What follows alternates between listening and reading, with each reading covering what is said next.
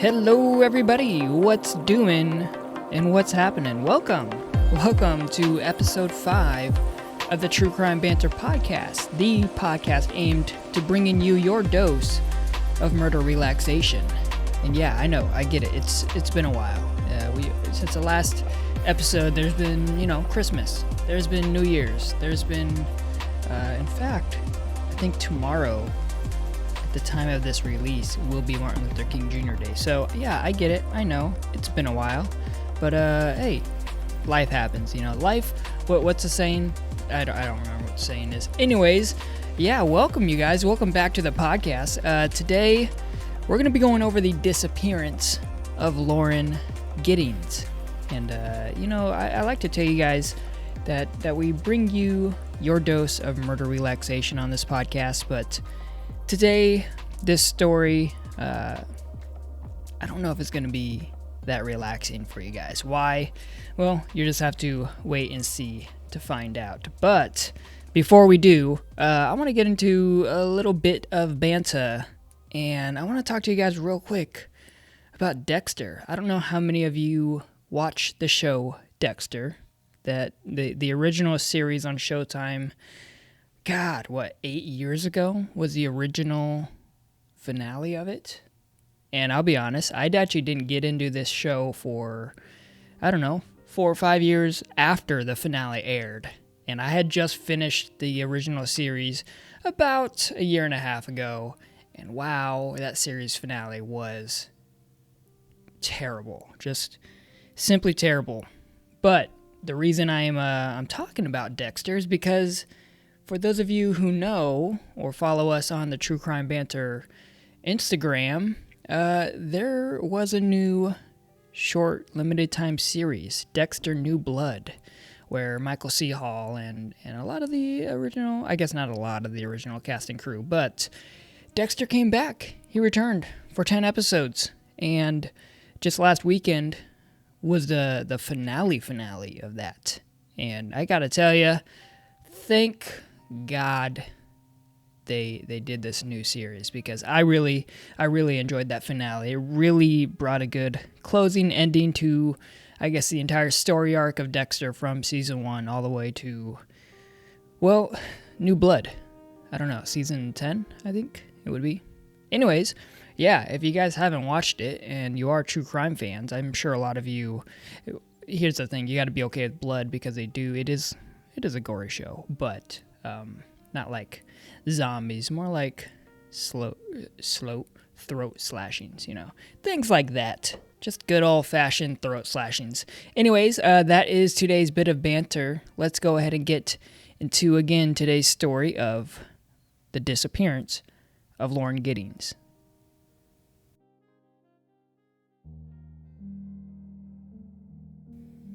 So this story, it takes place back in June of 2011.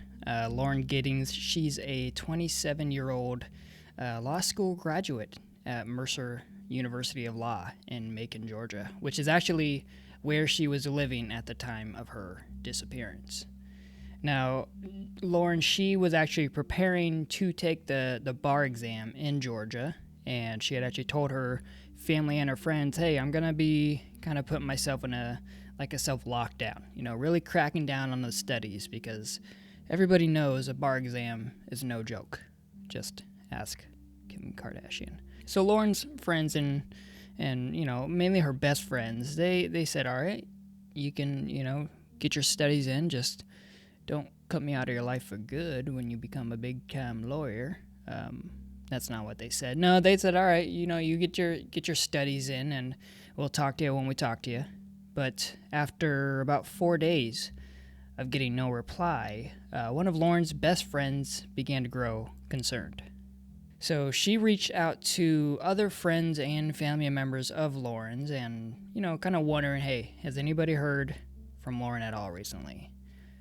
They had not.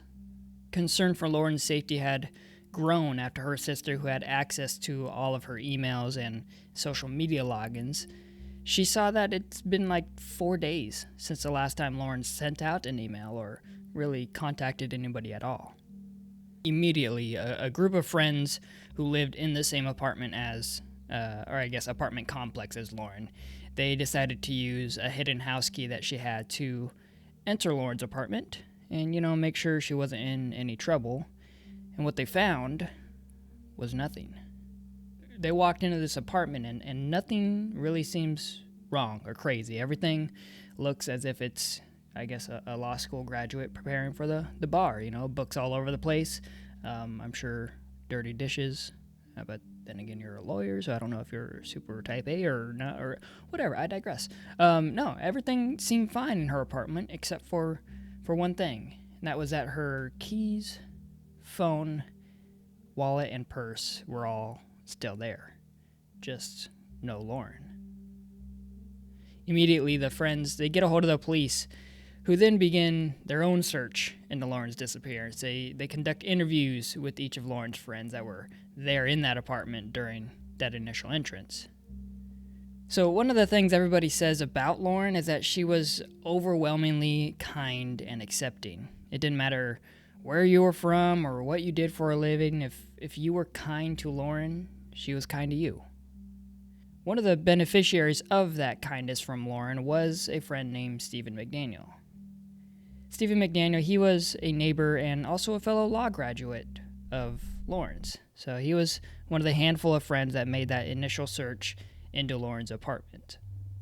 Many people describe Stephen as sort of, I guess, gross or non-hygienic type of guy with this afroed out curly hair that looks like it was, not washed in a decade. But he was also smart, obviously, having graduated from law school. And similarly to Lauren, all he had left to pass was the bar exam. Stephen describes Lauren as all of her friends had described her: sweet, loving, and he even goes as far to describe her beauty, both inside and out.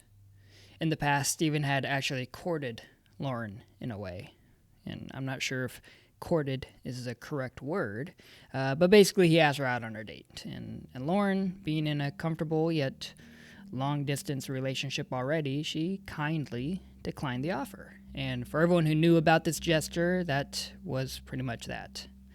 Aside from the distinct odor and certainly his appearance, there was one thing that really set Stephen apart from the rest of Lauren's friends. And that's that when police investigators requested that they have access to everyone's apartment that was involved in that initial search, Stephen was the only friend that declined to let them in. Which, to me, it's kind of a slippery slope, as I alliterate for you guys. It's similar to a lie detector test where, just because you're kind or you're cooperating and you let investigators come, I guess, search your apartment, same way you let people, I guess, run a lie detector test on you, it doesn't really clear you of any suspicion. It doesn't really do anything for you just because you decide to let people in and investigate your apartment.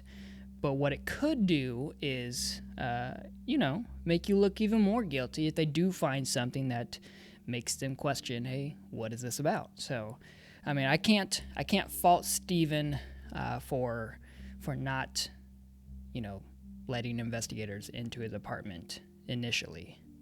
The only weird thing, though, is that Stephen claimed that his reasons for not allowing these investigators to search his apartment was that he had guns and weapons that he wanted to protect. I guess possibly thinking that they might confiscate them as evidence, should the police see them. Because of this refusal to cooperate, police immediately became suspicious of Stephen, and they brought him in for an initial questioning, one that Stephen could choose to end whenever he wanted to.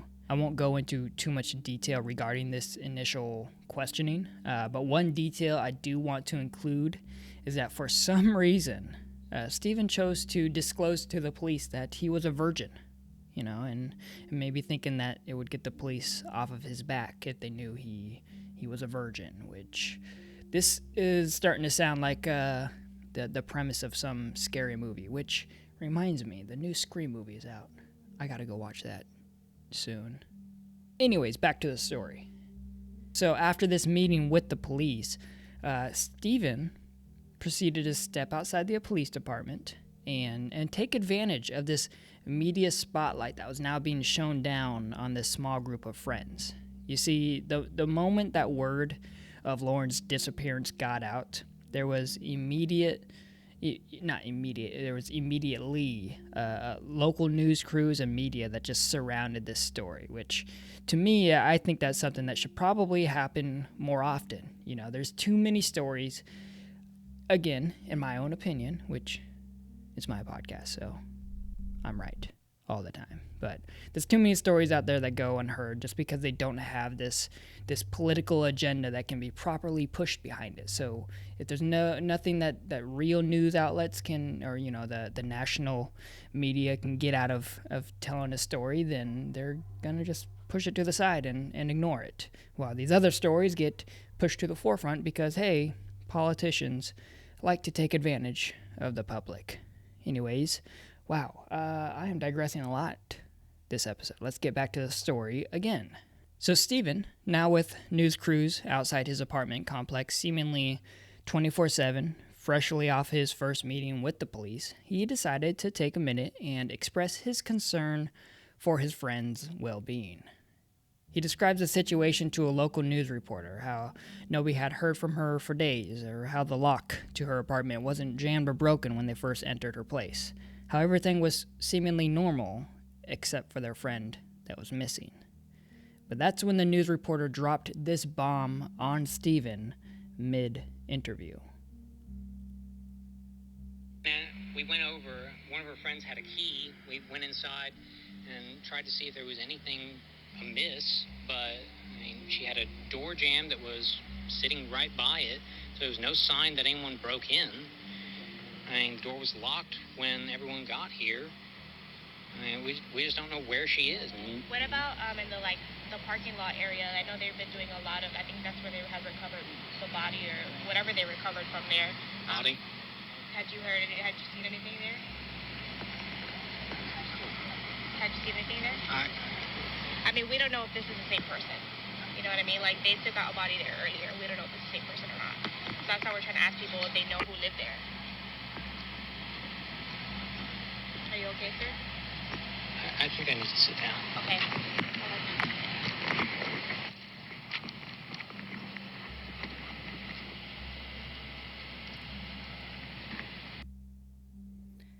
So you can sort of get the gist of how Stephen was talking throughout the interview. Very open, very willing to say whatever was needed to help get the word out about his missing friend. But the moment the interviewer brings up a body found in a dumpster nearby, he looks as if he'd seen a ghost. It's like one of those, I'm going to describe it to you, this look on his face. You guys can find this if you Google Stephen McDaniel interviews on YouTube. I guess search it on YouTube. But I'm going to describe the look on his face when she says a body was found. And it's one of those, it's like a slow motion scene in a movie where somebody realizes they just got shot. So they look down, they're holding their stomach and they're looking at the bullet wound. And then they slowly look up at the person who shot them. And just without saying a word, they drop to the ground and their impending death. Except in this instance, Stephen hadn't been shot. No, but what did happen is that Stephen realized the severed torso of his missing friend was found. And yes, I said severed. While Stephen was busy being interviewed by both the police and the local news, investigators had found the torso of a woman in a nearby garbage, and with DNA samples to match, they had confirmed it was the body of Lauren Giddings. So the police, they see this interview of Stephen McDaniel on local news. They see his crazy, ghost-like reaction when she says, "Hey, what are your thoughts on the body being found?"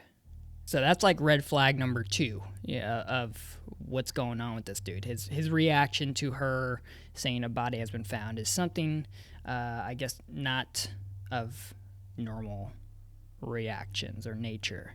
So somehow the police convinced Stephen to let them search his apartment. And in his apartment, one of the things they find is condoms. Right. So earlier when I said in that initial questioning that Steven said, hey, I'm a virgin, so maybe you guys should stop looking at me. Well, it's starting to bite him in the booty hole because Steven, if you're a virgin, why do you have condoms in your apartment? And that's what the police did ask him.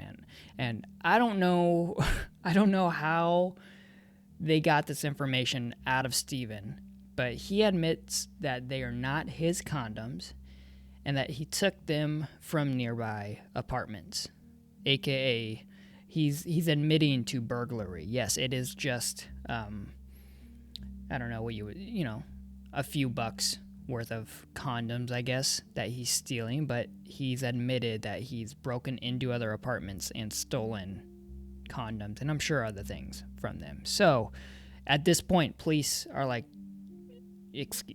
wait, you broke in and you stole things from another apartment nearby, like multiple apartments?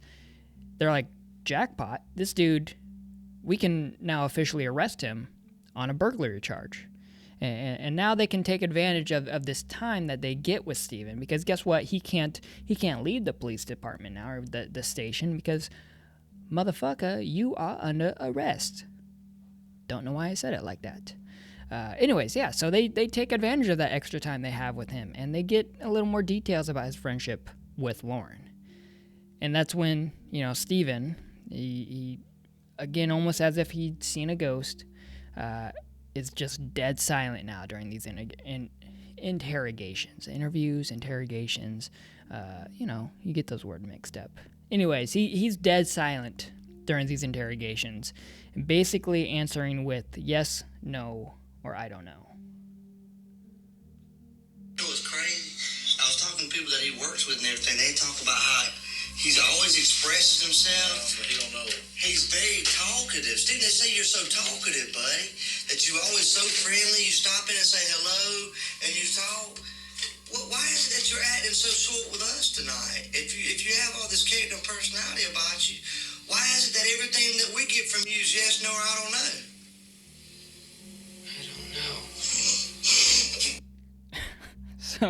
So even the investigators or interrogators, whatever you want to call them, during this interrogation, he cracks up because he's asking Steven, you've been so open with all these media outlets about your friend Lauren. Why aren't you talking to us now?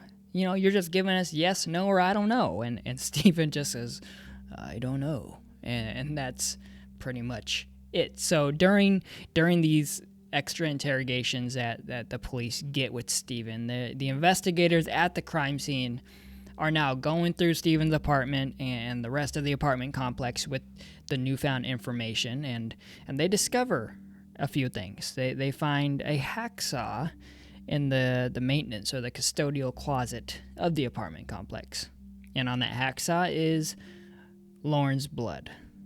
And then inside Steven's apartment, what do they find? Well, they find the underwear of Lauren, along with a thumb drive that they presume is stolen from Lauren's apartment, but I think it might be, it probably is. It probably is stolen, something that Steven knew of, because on that thumb drive was just hundreds of photos of just Lauren. So they then do a search of Steven's, search records, and they find out he was looking for or Googling things like how long after strangling do people wake up, and how to escape from prison, almost like a second plan in case, his first plan fell through, which seems like it's going to. And here's the thing, though, and maybe the most damning evidence of all. They found a deleted home video that Steven took looking into Lauren's apartment from outside her window, dated the night of her disappearance. So police they also discover that Steven had not only a master key to all of the apartment building doors, but he also, for some reason, had a spare key of specifically Lauren's house key. So I don't know how long or exactly what Steven was doing with everyone else's apartments, and if Lauren was just happenstance the person that he liked and decided to choose, but yeah, this guy was a fucking creep. So it took nearly a year, finally, but with all the evidence piling up against Stephen McDaniel, he was finally charged with the murder of Lauren Giddings. So you might think, good, give him the death penalty. But here's the thing. So one of Lauren's main goals as a future lawyer was to help people avoid being wrongly given the death penalty. She thought that the death penalty was too harsh for some of the crimes that people were being charged for. So Stephen, lucky for him, was once again a beneficiary of Lauren's own kindness, as her family said they did not want prosecutors to push for the death sentence. But all Stephen had to do to avoid that was give a detailed explanation of, well, what happened to Lauren and where are her missing remains.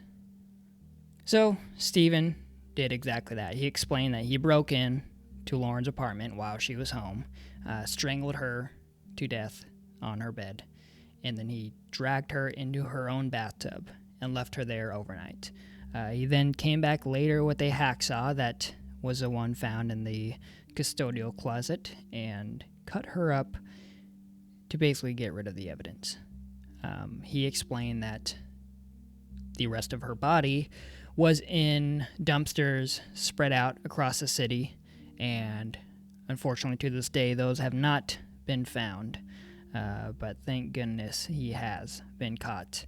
And here's the fucking crazy thing about this story. So two things. One of the things that Lauren's family and friends have said in the past is that Lauren felt like she was being watched.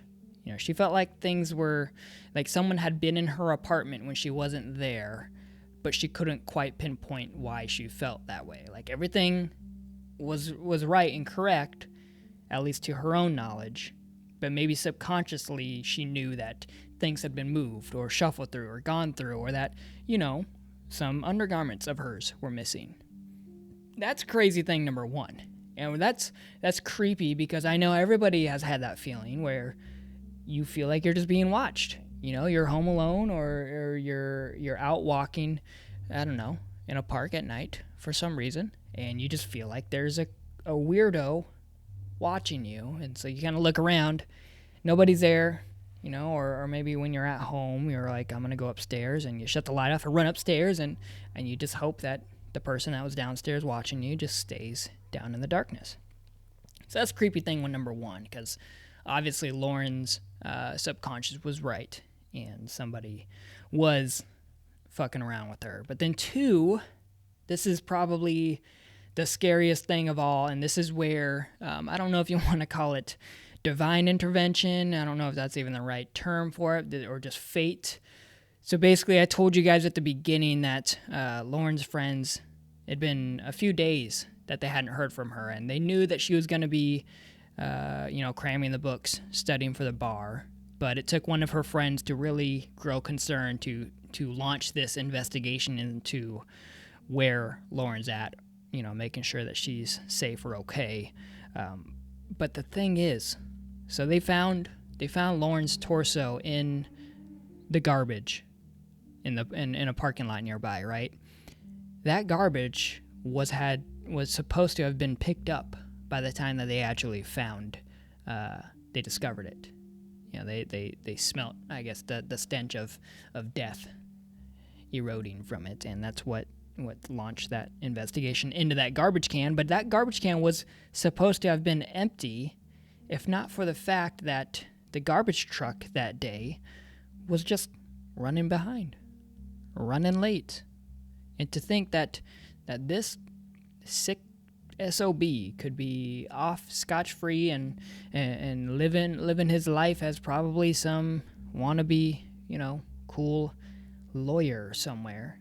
He almost got away with it, which is something that friends of Stephen's in the past described that he would do. He said, I guess it was almost a nightly discussion how he could easily get away with murder if he really wanted to, or discussing the perfect way to get away with murder. So, that's not super weird, being that there's a full TV show called How to Get Away with Murder, but when you're talking about that all the time and then one of your friends shows up murdered, that's where things get a little sketchy. Anyways, that is the story of the unfortunate death of Lauren Giddings. I hope you guys enjoyed it. It's one of those things where you just wish, I don't know, you wish you could have done more. Not me personally, because I didn't know her, but I can empathize with the family and friends of Lauren who felt like, hey, if we, what if we had just been a little more vigilant in trying to get a hold of Lauren when she had first disappeared, I suppose. I don't know. It's got one of those not happy ending stories because unfortunately she's still gone. But I do hope you guys enjoyed it. I'm kind of rambling on here because, well, the podcast is over and what are you guys still doing here? But thank you. I hope you enjoyed it. If you did, hit that like or that share button. If you're watching on YouTube and you want to stay up to date, hit the subscribe button. Anyways, I'm just going to sign off here. My name's Riley. This has been the True Crime Banter podcast, and you'll be hearing from us next time. Take care.